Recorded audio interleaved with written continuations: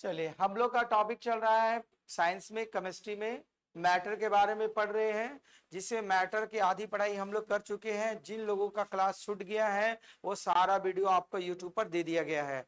मंगलम classes पे जाओगे, सारा का सारा आपका वीडियो मिल जाएगा। ठीक है, तो जैसा कि हम लोग मेटल के बारे में पढ़ रहे थे, तो जैसे तत्व को, मुख्य रूप से तत्व को, जैसा कि हम लोग देखे पढ़ चुके थे पिछली कक्षा में, कितने भागों में बांटा गया था? 3। कौन कौन सा आपको भाग बांटा गया था? मेटलॉइड। ठीक है, एग्जाम्पल बताए थे कि मेटल मतलब हम उसमें कहेंगे जिसमें धारा प्रवाह होता है, जिसमें धारा मतलब इलेक्ट्रिक करंट जिसमें फ्लो किया जाएगा, मतलब एक आम भाषा में तो उसे हम लोग मेटल कहते हैं। नॉन मेटल कहते हैं जिसमें धारा प्रवाह नहीं होगा, उसे नॉन मेटल कहेंगे। और मेटलॉइड उसको हम लोग कहते थे जिसमें सीमित मात्रा में धारा का प्रवाह होता था।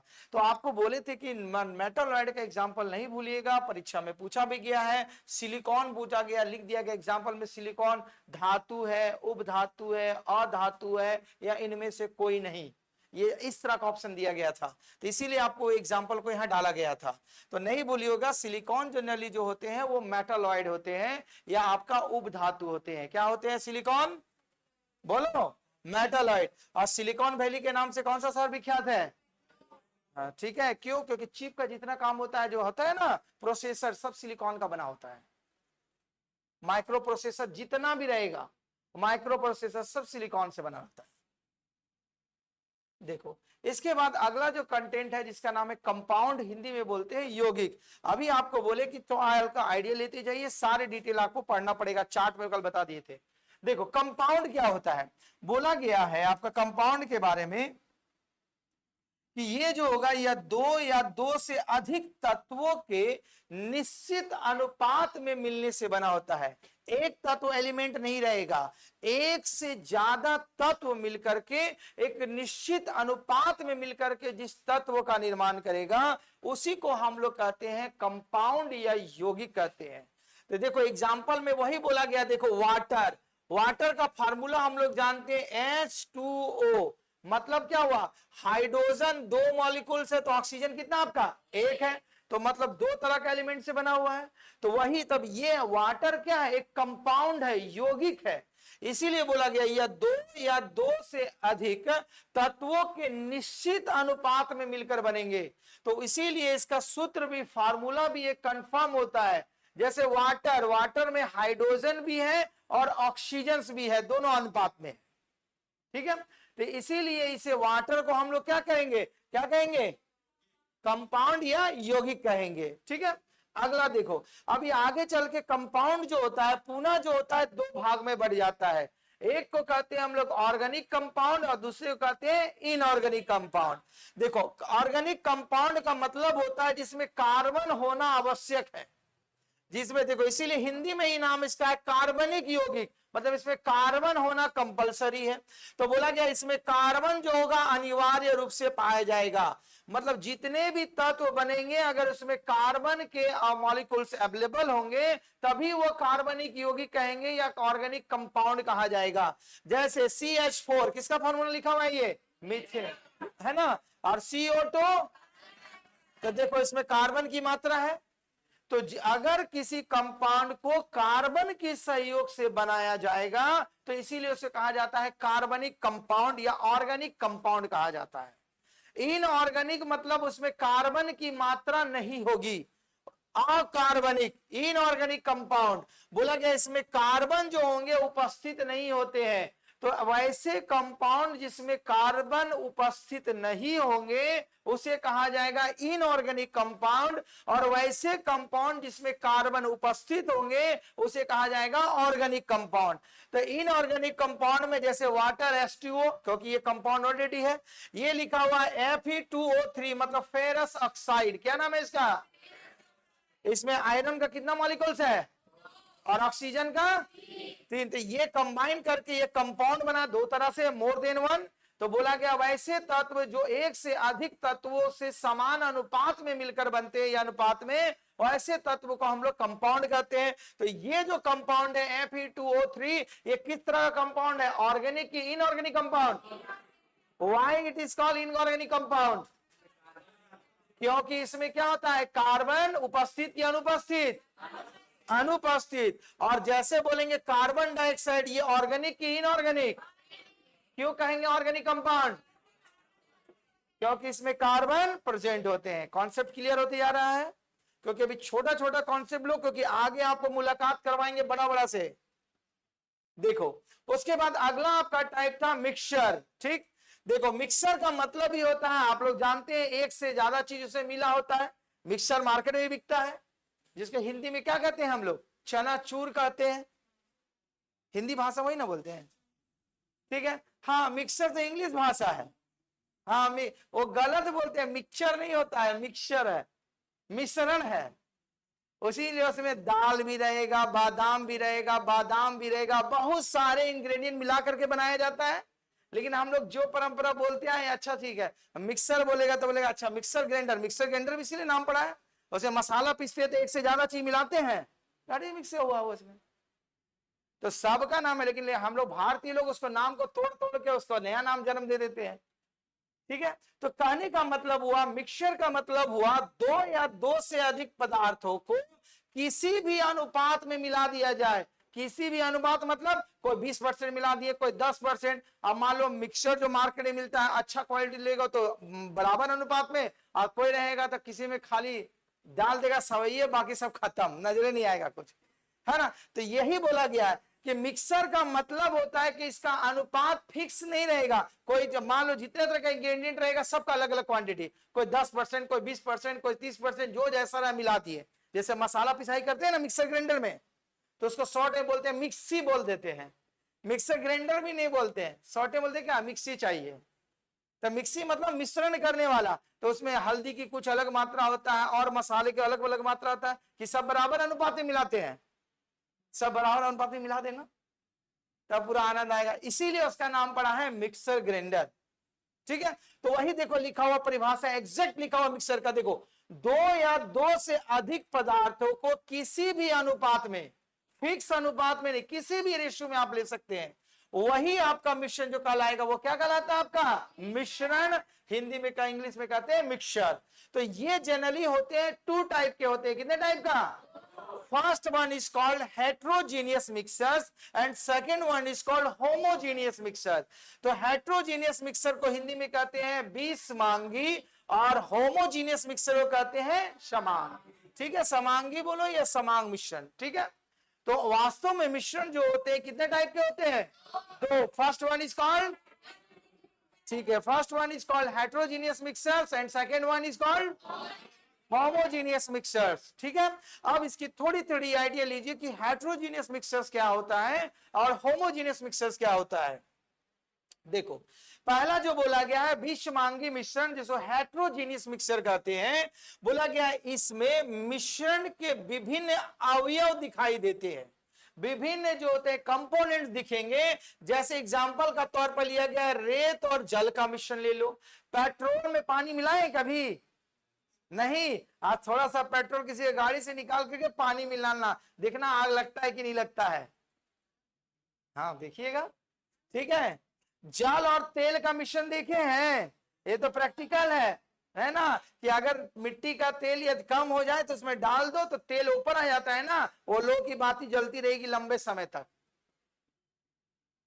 ये तो जानते हैं ना, अरहर और मसूर दाल, तो ये भी एक मिक्सचर ही है। तो जो चीज सस्ता रहता है उसका मात्रा ज्यादा कर देते हैं, जो महंगा रहता है कम कर देते हैं। चीनी और नमक का मिक्सचर देखे हैं? नहीं। बहुत सारा क्या बोलते हैं मिठाइयां जो बनती है। ठीक है, तो ये जनरली होता है हेट्रोजीनियस मिक्सर। कहने का मतलब हुआ कि इसमें मिश्रण जो होते हैं डिफरेंट डिफरेंट टाइप का, देखिए कॉमन नहीं दिखेंगे। तो सच type of mixer is called कहा जाता है हेट्रोजीनियस मिक्सर। कौन सा मिक्सर कहा जाता है? ठीक है, अगला देखो होमोजेनियस मिक्सर्स के बारे में क्या बोला गया। देखो इसमें मिश्रण के अवयव दिखाई नहीं देंगे, माने कौन सा, जब मिक्स कर दोगे तो आइडेंटिफाई नहीं कर पाओगे कि कौन क्या मिला हुआ था उसमें। ठीक, वही बोला गया इसमें मिश्रण के अवयव दिखाई नहीं देते हैं, और मिश्रण के हर एक अंश में उसका क्वालिटी मिला रहेगा। जैसे मसालों को पूरा महीन पीस दो, एकदम मिला दोगे पूरा, अब कौन क्या चीज मिलाया पता चलेगा देख करके? जब तक उसका स्वाद नहीं लेगो, जब तक जीभ पर नहीं जाएगा, है ना। तो इसीलिए देखो क्या होगा, जो नमक देना भूल जाता है सब्जी में तो पहले चेक करता है ना, कहीं ज्यादा नहीं ना डाल दी। हाँ कॉमन चीज है, अब मान लो फोन में बतिया लगल है डाल दिया है, और कहीं भूल से दोबारा डाल दिया तो जय हिंद जय भारत। और स्टूडेंट लोग का लाइफ में तो ज्यादा होता सब्जी बनाने में, क्योंकि पहला तो अनुपात पता नहीं चलता है, फिर धीरे धीरे अनुपात पता चल जाता है कि हाँ इस सवाल इतना क्वांटिटी में बनेगा डालेंगे, क्योंकि नमक का बहुत खतरनाक खेला है, क्योंकि हम लोग भी अपना लाइफ में इसको झेले हैं। तो देखो जनरली बोला गया एग्जाम्पल का तौर पर गंधक जानते हैं ना, मार्केट में बिकता है, और उसके साथ अगर कार्बन डाइसल्फाइड को मिला देंगे तो पता नहीं चलेगा। दूसरा चीनी का शरबत, चीनी और नमक का शरबत बनता है ना, अभी तो रूह अफ़ज़ा मार्केट में जो फर्जरी वाला है, आप नींबू का शरबत बनाइए, नींबू का शरबत में क्या होता है, चीनी भी डालते हैं नमक भी। और स्टूडेंट को पहले बोल दिए कि अब गर्मी का दिन है, घर में ही ग्लूकोज बना सकते हो, थोड़ा सा जाओगे 1 गिलास पानी लो और थोड़ी सी चीनी की मात्रा, इन्हीं के पूरा चीनी घट रख दिया, और थोड़ी सी नमक की मात्रा, मार्केट में नींबू मिला नहीं, घोल के पी जाओ, वो ग्लूकोज में कन्वर्ट हो जाएगा आपका, मतलब बॉडी में इंस्टेंट रिलीज हो जाएगा बॉडी, कोई दरकार नहीं कि मार्केट से ग्लूकोज का पाउडर खरीद के लाने का, ये आर्टिफिशियल नेचुरल तैयार हो जाएगा। और नींबू देगा तो साइट्रिक एसिड का कन्वर्ट कर देगा और बॉडी को रिचार्ज कर देगा तुरंत। ये घरेलू इलाज रखोगे जब धूप में पूरा जाओगे पढ़ लिख करके। तो जैसे दूसरा होता है, जब चीनी और नमक को जब मिक्स कर दोगे तो बता सकोगे कि उस मिश्रण में क्या मिला हुआ देख के नहीं, तो वही बोला गया। देखो ये जो होमोजीनियस मिक्सर होता है, मिक्सर होगा लेकिन इसमें जो अवयव दिखाई नहीं देखेंगे मिला हुआ। और हेट्रोजीनियस में एग्जांपल बोले थे, राहर और मसूर का दाल दोनों को फेंट दोगे तो मिक्सर बना हेट्रोजीनियस का, लेकिन आप देख के बता दे अच्छा ये राहर का दाल है, मसूर का दाल है, ये चना का दाल बना है, आज खिचड़ी बनाने का दिन है, सब मिक्सर बना दोगे तो सब पता चल जाएगा कौन कौन दाल है। मतलब जिसको देख करके आइडेंटिफाई कर दोगे वो मिक्सर जो कहलाएगा वो हमारा हेट्रोजीनियस मिक्सर कहलाएगा। और होमोजीनियस मिक्सर मतलब ऐसे मिक्सर उसमें एक से ज्यादा एलिमेंट मिला रहेगा लेकिन देख के आइडेंटिफाई नहीं कर पाओगे कि क्या है उसमें मिला हुआ। कौन से सही में आई बात, यही दो उसका मेजर डिफरेंस है। जब आगे लिखा गया जैसे अरहर के दाल का बना हुआ दाल, अब पूरा दाल को मिक्स कर दिए, जब पूरा दाल बना दिए, अरहर का दाल भी डाल दिए, चना का दाल डाल दिए, मसूर का दाल, आप दल घोटनी से पूरा घटोर दिए। होटल आता है ना, जानते हैं, हाँ उसका बहुत बड़ा योगदान है। अभी तो इसका मक्खन निकालने का सबसे वही था, यशोदा माता उसी से निकालती थी।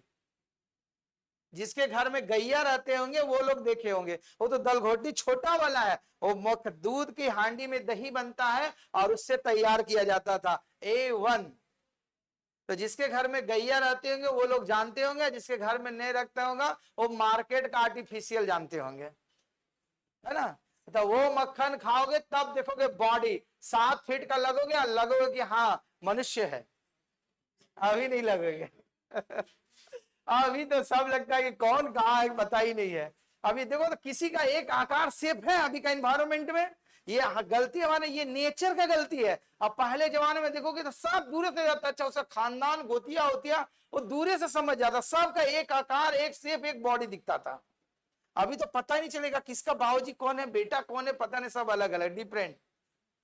ये नेचर का जितने भी हम लोग फैला रहे हैं ना पॉल्यूशन है, इन्वायरमेंटल स्टडी इसीलिए कंपल्सरी किया गया, उसी कारण हो रहा है।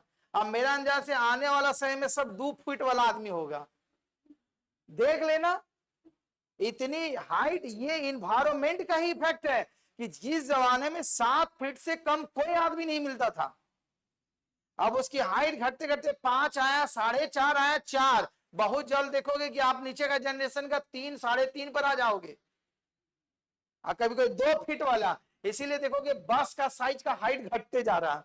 पुराने जमाने का बस बहुत ऊंचा ऊंचा रहता था, अब उतना में डबल डेकर बस बन जाएगा, माने एक नीचे तल्ला और एक ऊपर तल्ला, 2 बस चलेगा। तो दोनों में हेट्रो और होमोजीनियस में समझ में आ गया। अब हेट्रोजीनियस में जो मिक्सर होगा उसको देख के पहचान सकते हैं कि नहीं पहचान सकते हैं, पहचान सकते हैं, जिसको आप माने विजुअली पहचान सकते हैं, such type of the mixture is known as heterogeneous mixtures. और होमोजीनियस मिक्सर्स मतलब वैसे मिक्सर्स जो आप देख करके नहीं पहचान सकते हैं, आइडेंटिफाई नहीं कर पाएंगे, वैसे मिक्सर्स को हम लोग कहते हैं क्या, होमोजीनियस मिक्सर। कौन सा मिक्सर कहते हैं, ठीक है। आगे देखो इसके बाद अगला जो बोला गया है हेट्रोजीनियस मिक्सर्स, हेट्रोजीनियस मतलब जिसको देख करके पहचान सकते हैं, उसको अगर होमोजीनियस में कन्वर्ट करना है, विषमांग को समांग बनाने के लिए जल या विलयन बनाया जाता है, क्योंकि वाटर का घोल उसमें होना चाहिए। जब तक वो सॉल्युबल नहीं होगा तब हेट्रोजीनियस को आप होमोजीनियस में कन्वर्ट ही नहीं कर पाएंगे। आज जैसे मान लो दाल, दोनों दाल को मिला दिए तो क्या होगा, उसको पकाएगा तो ऐसे ही पता रहेगा। तो उसको क्या होते हैं, मिलाने के लिए वाटर डालते हैं दाल बनाने के लिए। अब दाल से पूरा मिक्स कर दिए, हल्दी भी डाल दिए, नमक डाल दिए, आप बताएगा कोई तो कौन से का दाल है, नहीं आइडेंटिफाई कर पाएगा। पूरा मिक्स कर दोगे तो बता सकते हैं आप, नहीं पता। मैं जब तक खाएगी ना कैसे आएगी, ऐसे देख के बता देंगे। आप जाना बोलना कि दाल बना के रखो, वो 3-4 वो आइटम का दाल बना दिया, वो मिक्स कर दिया, आप उसे बता सकते हैं कौन कौन सा दाल मिलाए थे? जब तक आप उसको टेस्ट नहीं कीजिएगा तब तक पता नहीं चलेगा। हो सकता है कि आप राहर मसूल का दाल बोले, वो राहरे का दाल का खाली बना दिया हो सकता है ना, क्योंकि वही वही लिखा गया है कंटेंट।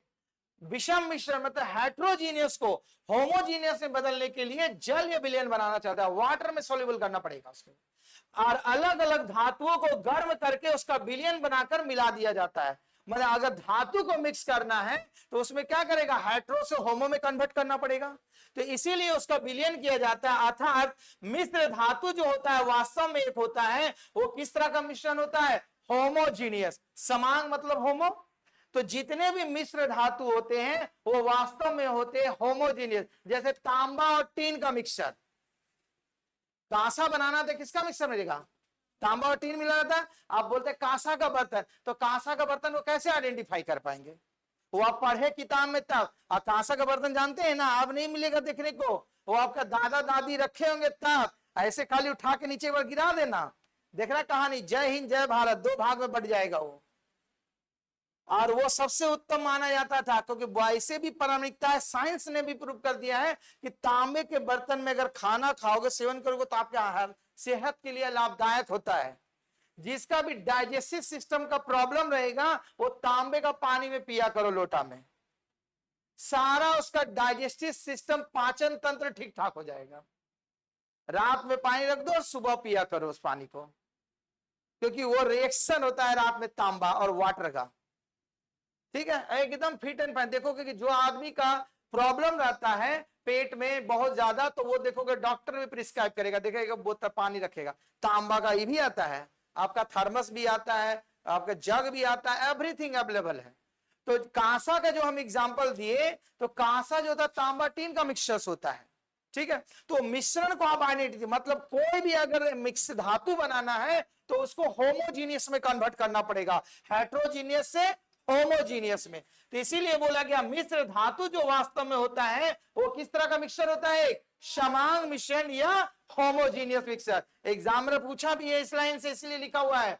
बोला गया है कि मिश्र धातु वास्तव में क्या होता है, homogeneous, heterogeneous, none of this क्या होगा, तो वो आप याद रखिएगा। कौन सा मिक्सचर है आपका, याद रखिएगा, जिसको हिंदी में लिखा हुआ समांग मिश्रण। क्या लिखा हुआ है, जैसे लोहा और कार्बन स्टील बनाते हैं ना, तो स्टील तो डायरेक्ट, इसीलिए इसमें लोहा में कार्बन का अंश मिला होता है, तो लोहा में जब कार्बन का अंश को मिला देंगे तो वो कन्वर्ट हो जाएगा स्टील में। किसमें कन्वर्ट हो जाएगा, तो पूरा चमकाव रहता है, इसीलिए जंग नहीं लगता स्टील के ऊपर। देखते हो लगते हुए जंग नहीं, अगर उसमें स्टील कार्बन नहीं मिलाएगा, खाली लोहा रहेगा तो जंग पकड़ लेगा।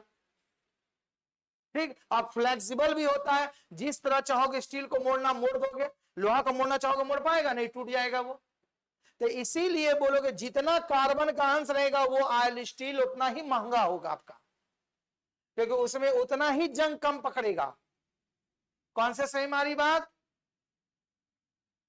बस इसी के साथ आपका मैटर का जो टॉपिक होता है समाप्त होता है। धन्यवाद।